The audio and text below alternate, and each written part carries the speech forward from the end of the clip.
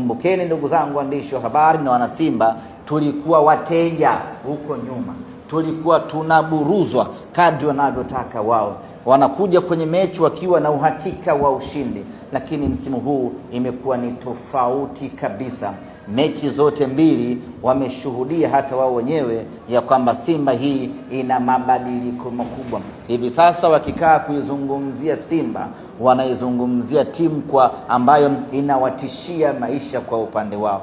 Wanapokaa kuizungumzia Simba, wanazungumza kwa heshima na adabu na uoga ndani yake, kwa sababu katika mechi zote mbili za ligi kuu ya NBC ni wao ndio ambao wameponea chupu. Na kama si makosa ya mwamuzi, na kama si makosa ambayo yamefanyika hii leo, mnyama alikuwa anaondoka na alama 6 ndani ya ligi kuu ya NBC msimu huu. Kwa sisi tuna pande zote mbili.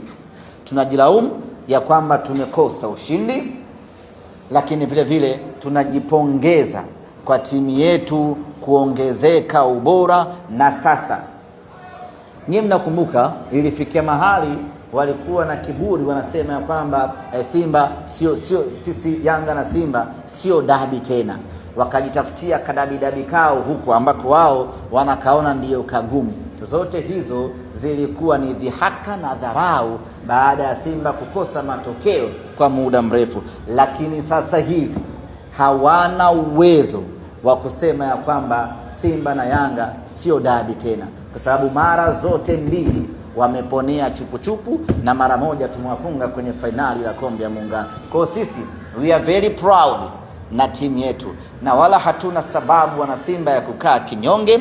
Kazi kubwa ya kufanya mageuzi ya timu yetu imefanyika. Kazi kubwa ya kuiboresha timu yetu imefanyika. Kazi kubwa ya kuirejesha timu yetu kwenye ushindani na kurejesha heshima ya dabi imefanyika, na leo tunakwenda kwenye dabi tukiwa kifua mbele. Ligi kuu ya NBC tumemalizana, tunasubiriana kwenye kombe la shirikisho la CRDB. Hizo ndio mechi zetu ambazo hazinaga sare.